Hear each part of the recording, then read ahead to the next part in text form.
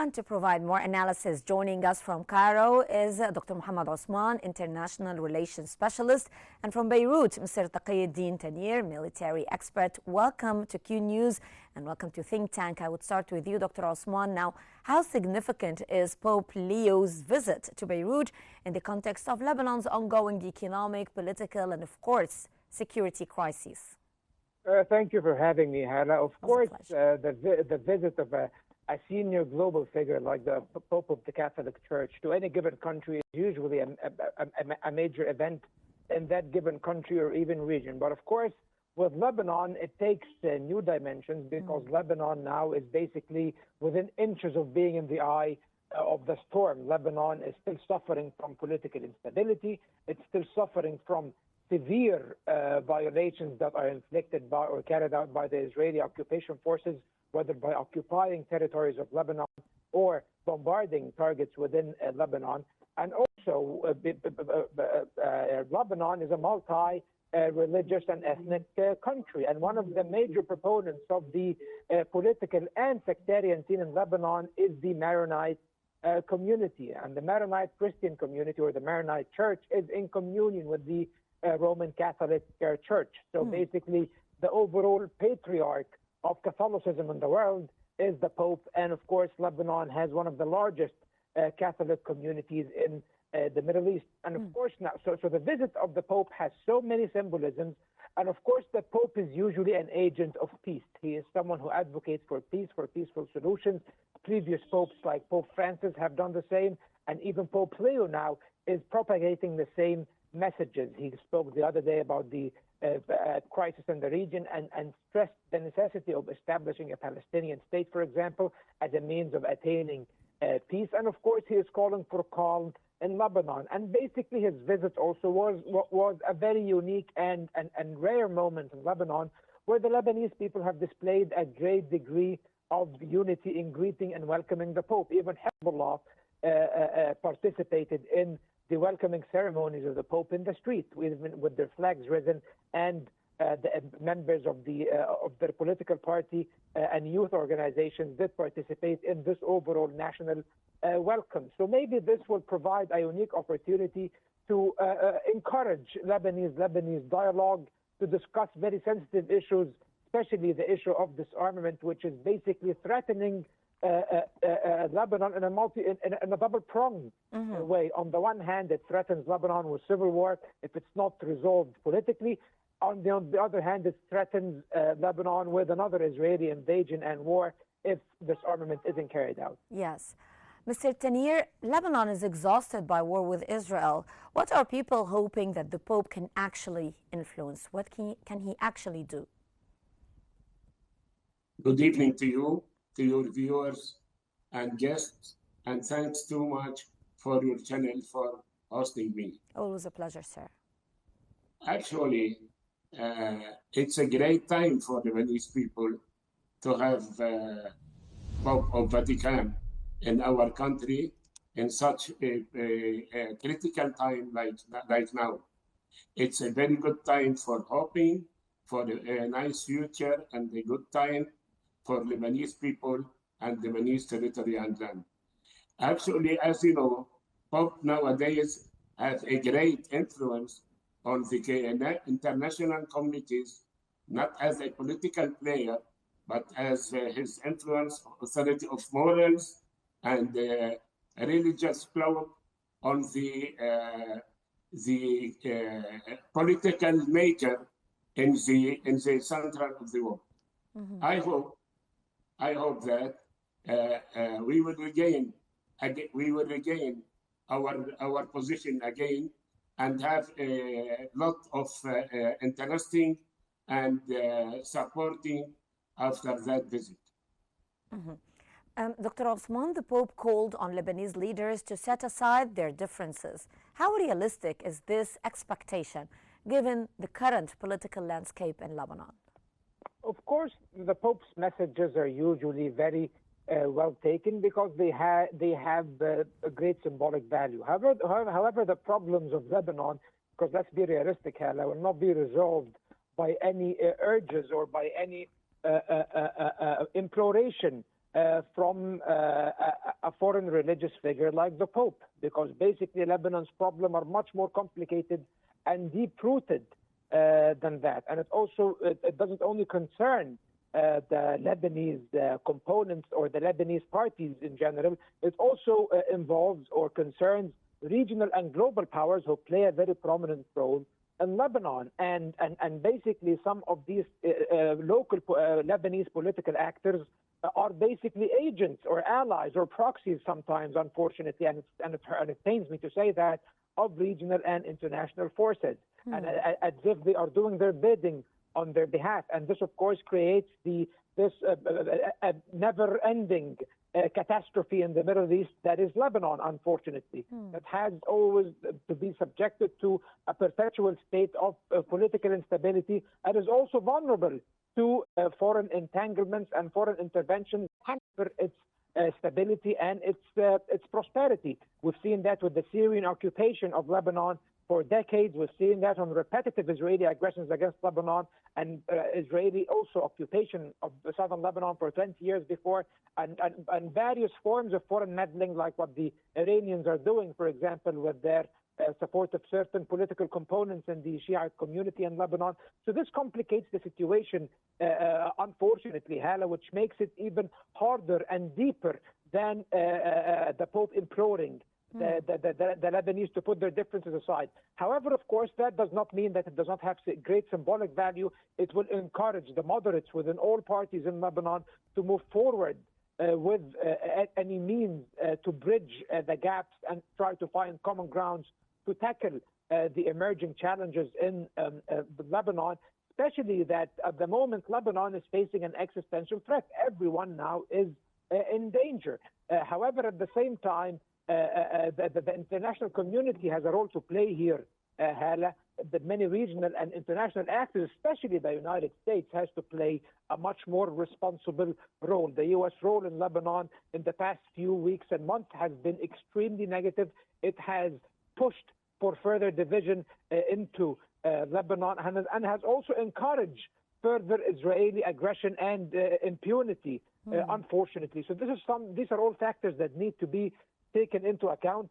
And the thing is that at this moment, the problems are way bigger than the Pope. Yes. Mr. Tannir, in light of fears of renewed conflict with Israel, how can religious or moral leadership contribute to political stability? Actually, it's not as before, as you know. And now this influence has been a little bit minimized, not like before, but it still play a role, whether we know that more than 1,500,000,000 Catholic follows the Church of Catholic in the world. The Pope can play a big role in communications and connections with the international committees and leaders, ask them to withdraw Israel from South Lebanon, ask them even to make a conference for Lebanese people in order to have a wise decision to release our country from any kind of influence from other or outside territories. Yes. Dr. Osman, how can the Pope's message of hope and resilience actually influence the everyday lives of Lebanese citizens struggling with crises? It doesn't seem, as I said, it only has a symbolic value and effect, Hala. The thing is that the Pope does not really have any tangible tools that he can apply to resolve Lebanon's problems. However, something that the Pope not politically, but even boosting the spirits, at least, of the Lebanese people and boosting their resilience in the face of all the crises they're going through. It does give hope that Lebanon has the potential of being a more stable and prosperous country, as demonstrated by their ability to welcome the Pope in a relatively safe environment without any problems happening on the ground and without any certain components within Lebanon opposing or dealing in a way that is hostile with the visit of the Pope, because the Pope is a uniting figure. His platform is always calling for peace, calling for tolerance and mutual acceptance. All of these three things are completely scarce in Lebanon at the moment, and they need to be encouraged at this point. So I think, and also another thing that, but however, by the way, Hala, the Pope does have political clout in many capitals around the world. So maybe the But Pope, not in Lebanon. But not in Lebanon due to yes. Because Lebanon's problems have to be resolved partially externally. So that means that the countries that so far are withholding economic aid from Lebanon, that are refusing to inject much needed investment and aid into the Lebanese economy, which has been struggling for the past 6 years. Maybe the Pope's message might be, or call for the international community to help Lebanon out, to put lesser stringent conditions, to try to save Lebanon from capsizing once again into economic recession and war. These are things that the Pope can play. That his role will be marginal at best. I would agree with that. However, it will not be completely ineffectual. It will indeed have an impact, but of course, on its own, it will not be remotely sufficient. Yes. Okay. Mr. Tannir, in what ways does a visit like this strengthen national unity or civic morale in Lebanon? Yani, as you know, all Lebanese people from all sects and from all countries and cities and villages even, waiting Pope to welcome him when he passing through his convoy. All Lebanese leaders were in the meeting in the presidential palace. All Lebanese, not confident. Even Pope is the head of Church of Catholic in the world, but really Lebanese look for him as a man, a great man for peace, for settlement, and for love, and for really to peacemaker in Lebanon, because we need that too much.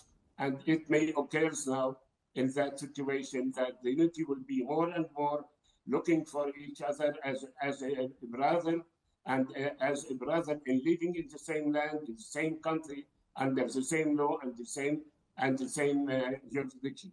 Mm-hmm.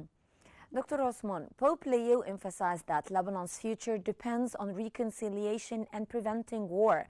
How urgent is this message given the current tensions in the country? It is of utmost urgency. I think that's basically the purpose of the Pope's visit. It's basically because right now we are reading so many reports, Hala, about an impending war that is going to take place in Lebanon. The Israelis are escalating their acts of aggression against Lebanon. They are increasing the pressure and are increasingly hinting through their media outlets and through leaking certain information to the media that they are preparing for another military onslaught on Lebanon. And unfortunately, the U.S. media, through sources also in the U.S. government, is corroborating the same information. It even says that the current U.S. administration has given the Lebanese government basically what is tantamount to an ultimatum, that if they do not disarm Hezbollah by the end of the year, or the end of the month rather, since we are already in December, then they will have to face the consequences, namely, of course, an Israeli attack. And we have seen the rapid Israeli escalation with the assassination of Hezbollah's military chief, Takieddine, 1 week ago. And of course, it complicated the situation even further in Lebanon and increased the degree of tensions. So the Pope's call is basically within, hits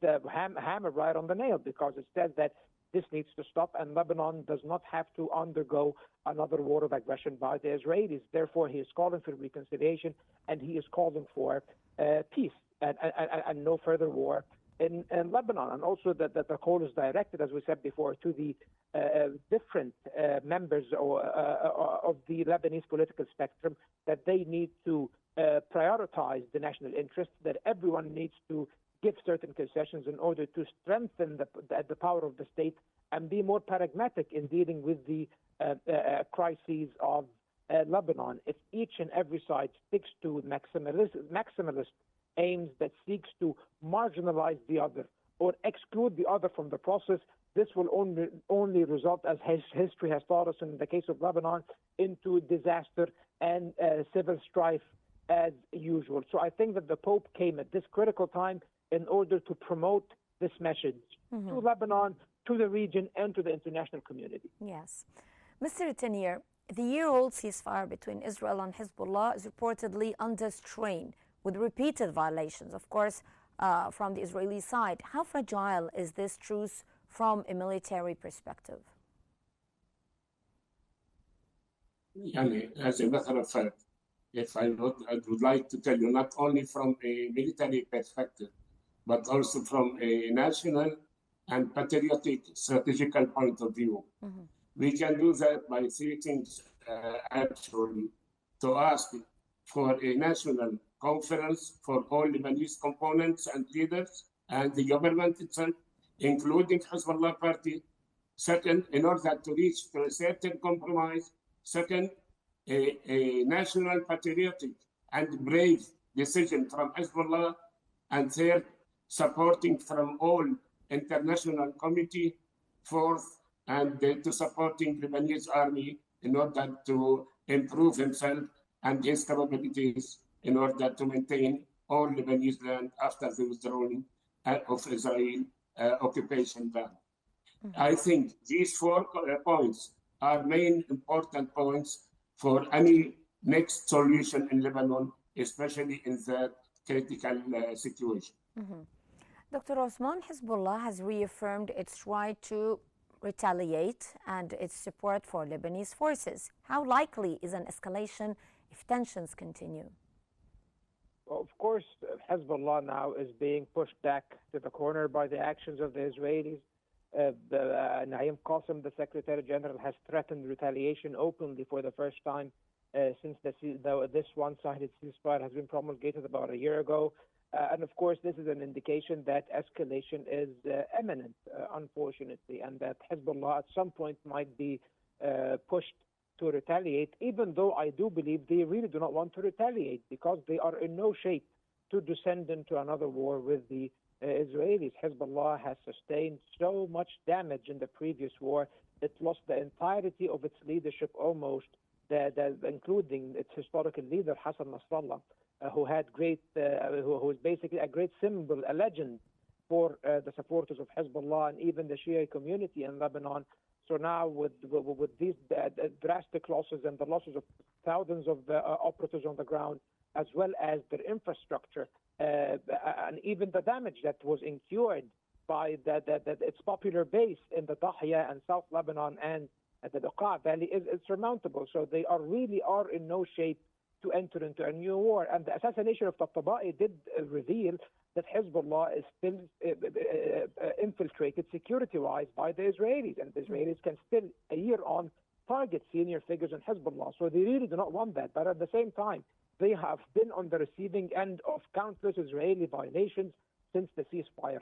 400 people have died due to Israeli strikes. Most of them are Hezbollah operatives. At some point, they will be provoked into retaliating because they have to retain whatever is left of credibility before their own constituency inside Lebanon and also before their patrons in Iran, who are unfortunately are using them also as a bargaining chip in a larger scheme or a larger competition or confrontation with the United States with regards to Iran's nuclear program. So Hezbollah is in a very tough position at this point. I do not think they will initiate any action that will lead into an all-out war, but at the same time, the Israelis will keep prodding them and provoking them in order to get that very retaliation so that it will be a justification for a future war of aggression. Mm-hmm. And unfortunately, all the indicators at this point and the variables on the ground do indicate that this is the direction that Lebanon is heading towards. Mm-hmm. Mr. Tannir, how capable are Lebanese state forces in maintaining control and preventing the conflict from spilling over, given the current military landscape in Lebanon? Really, Lebanese forces have enough capability in order to maintain and to implement any kind of orders from Lebanese political official leaders. And they do their best in order to maintain and sustain and obtain all secure on the land and even in South Lebanon, except the occupation land, knowing by 5 points. As a matter of fact, we need as a Lebanese forces and as Lebanese people, we need to raise up our army, to build our army again, to have reinforcement by technology and by weapons, and even to recruit more than 10,000 persons again in its forces. Really, Lebanese army proves, even now, you can see now, within these 2 days, he maintained all security in all Lebanese land without even any small problem happen through the visit of Pope to Lebanon. Yes. So we need only capabilities, we need supporting, and we need to enforce ourselves again. Dr. Osman, speaking of the role of the United States now, the United States giving Lebanon a deadline to disarm Hezbollah. How realistic is this demand in practical military terms? Completely unrealistic, typical Trump administration behavior, unfortunately. People who do not really understand the complexities of the internal political composition of the political system of Lebanon, and even the situation and the balance of power on the ground. They are trying to force the Lebanese state and the Lebanese army to disarm Hezbollah without necessarily Hezbollah's political concession, or with this is the problem, Hala. This cannot take place. This cannot be implemented realistically. And if in an alternative scenario where they imagine that the Lebanese army has the capability to try to disarm Hezbollah coercively or by force, this will result in a civil war in Lebanon. In the 20th century, we've already had 2 civil wars in Lebanon, one in 1958, which lasted a few months, the others in 1975, which lasted 15 years. Lebanon cannot afford to descend into another civil war given the current situation. So the thing is, the United States is making unrealistic demands, and I do believe, Hala, that they do know that these are unrealistic demands. Probably they want to create the justifications for the Israelis to pursue more aggression in Lebanon so that they can further diminish and weaken Hezbollah and even territorially expand in southern Lebanon. Israel has certain lands it wants to capture in Lebanon. This is no secret. Many of the far-right members of the Israeli government have said that the regions south of the Litani are supposed to be part of the state of Israel, and some of them want to settle in these lands, unfortunately. So Israel's territorial ambitions do encompass southern Lebanon as well, and this is something that we cannot disqualify from our analysis when we are trying to read into the U.S. demands of disarmaments of Hezbollah. Definitely, definitely. Mr. Tannir, from a military standpoint, what steps could be taken to reinforce stability and prevent a return to a full-scale war? Please, can you repeat the question again, please? Yes, sure. I was asking you from a military standpoint, what steps could be taken to reinforce stability and prevent a return to a full-scale war in Lebanon? As I told you before, really, we need 5-6 main points in order to minimize any problem in Lebanon.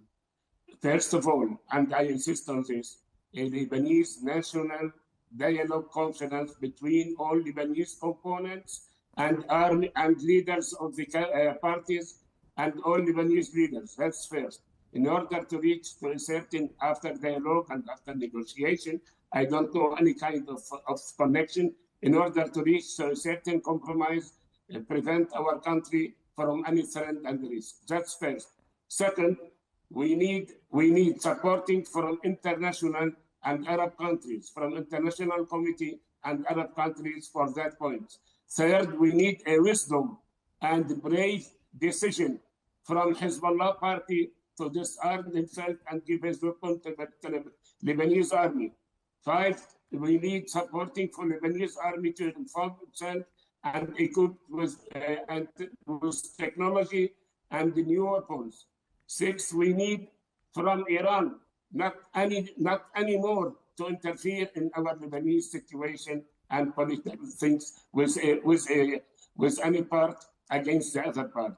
4th and 7th and last, we need from all countries to push on Israel to withdraw from our occupied area. I think these 7 points are very, very, very essential and vital to any things, as we say, and to maintain our secure in all Lebanese territory. Yes. I'd like to thank you so much, Mr. Takieddine Tannir, military expert. Thank you so much. And also Dr. Mohamed Osman, international relations specialist. Thank you both, gentlemen, for your special insights and your valuable discussion.